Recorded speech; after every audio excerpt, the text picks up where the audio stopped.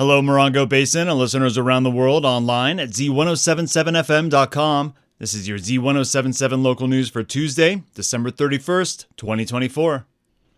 On Thursday, December 26th at around 2:15 p.m., the San Bernardino County Sheriff's Office received a 911 call from a citizen regarding a domestic dispute in the 73,000 block of Serrano Drive in 29 Palms. Upon arrival at the location, the Sheriff's Department says they found 18-year-old Sincere Strotter armed with an AR-15 style ghost gun and reportedly making threats to kill his girlfriend. Deputies attempted to detain Strotter when he resisted arrest and allegedly pushed a deputy from a second-story stairwell. The deputy sustained a minor injury in the fall, and no other injuries to officers or the victim were reported. Sincere Strotter, 18, was arrested and charged with an assault with a semi-automatic firearm on a person, resisting an officer, possession of a short-barreled rifle or shotgun, and attempted murder with an additional allegation of using a firearm. He's being held at the West Valley Detention Center and is scheduled for a video arraignment today, December 31st at 8 a.m. Since 1970, Golden State automobile buyers have been protected by California's Lemon Law, legislation signed in by then-Governor Ronald Reagan that grants consumers protection against purchasing or leasing a new vehicle, driving it home, and finding out it's defective and unrepairable. The law also covers used cars if they still have time left on the manufacturer's warranty. Under the law, as it was signed in 1970, the consumer is then entitled to a new vehicle once a reasonable number of repairs has been attempted. That law is going to change on January 1st, and nonprofit news organization Cal Matters says that the changes were developed in a secret committee hearing without the transparency that usually exists in the creation of assembly bills. According to the bill's text, the new law would require car buyers and the auto company that supplied the lemon car to try and settle their dispute via mediation before going to a trial. The revised bill will also shorten the window in which a consumer can sue over the defective automobile. Lawmakers say these extra steps will keep more lemon law cases out of the jammed-up court systems, where over 22,000 lemon law cases were filed last year alone. Critics say the weakened consumer protections aren't worth the trade-off of less court cases in California's judicial system. The new law goes into effect tomorrow, and you can find links at this story on our website for more information on California's lemon law as it stands today, along with a link to Cal Matters reporting on the closed-door negotiations that led to the revised law. That's all at Z107.7fm.com. Just a short note, the Joshua Basin Water District's Board of Directors meeting that's usually scheduled for Wednesdays at 5:30 is canceled tomorrow, January 1st, for New Year's Day. Many people make New Year's resolutions, but sticking to them is often another story. Resolutions frequently fail because they don't fit into the flow of our lives. They can feel rigid, disconnected, and forced. Reporter Hillary Sloan shares fresh ideas for embracing change as we welcome the new year. As 2025 approaches, I reflect on the past year, what I've learned, accomplished, and hope to achieve next. While many are setting New Year's resolutions, I've found that lasting change happens when it naturally integrates into my daily life, not through drastic overhauls. Instead of dieting, I am focusing on moving more. Clearing out the pantry and adding healthier foods feels manageable and refreshing. I also make meals memorable by decorating the table, exploring new recipes, or listening to music instead of watching TV. When working on a writing project, I keep a journal nearby to jot down ideas whenever inspiration strikes.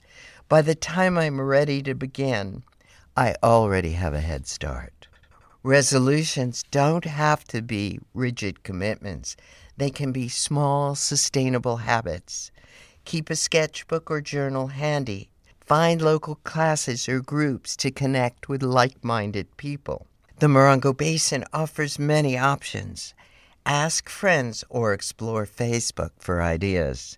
Spend quality time outdoors or with loved ones.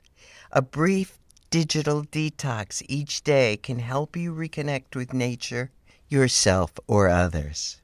Experts like behavioral psychologist Wendy Wood emphasizes that successful resolutions are built on habits, not willpower. Start small, celebrate tiny victories, and let change evolve naturally. For Z107.7, this is reporter Hillary Sloan wishing you a happy new year and meaningful steps towards a life you love. Thanks, Hillary. Self-improvement can take a lot of different forms, and one good step toward a healthier lifestyle is looking beyond ourselves and volunteering our time where it can help.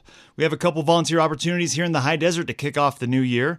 The Joshua Tree No-Kill Shelter is holding a community cleanup on Thursday, January 2nd and Friday, January 3rd. It's all for the animals, as the nonprofit has broken ground on their expanded dog shelters with a goal of saving more animals from high-risk situations. To achieve that, they need to clean up and declutter the spaces in and around the current shelter. The cleanups are happening both days from 10 a.m. to 3 p.m. If you'd like to volunteer, the shelter says to come out prepared to get a little dirty and wear appropriate work clothes, boots, and gloves. Burtech has also donated a dumpster to help clear the clutter, and now the shelter just needs you to help fill it. That's a community cleanup at the Morongo Basin's only no-kill animal shelter, located out on Sunview Avenue in Joshua Tree. You can get more information at www.joshuatreenokillshelter.org. And San Bernardino County is seeking volunteers for their annual point-in-time count, or PITC, taking place on January 23rd. This critical effort collects data on unsheltered individuals, which is then used to secure federal funding and direct vital resources to those experiencing homelessness. Volunteers will also support county teams in offering real-time services to the unhoused community during the count. The PITC provides a snapshot of the county's homeless population, enabling officials to track progress and prioritize resources where they're most needed. Volunteers will survey individuals in vehicles, parks, transit centers, and other locations while helping individuals by distributing backpacks filled with some essential items.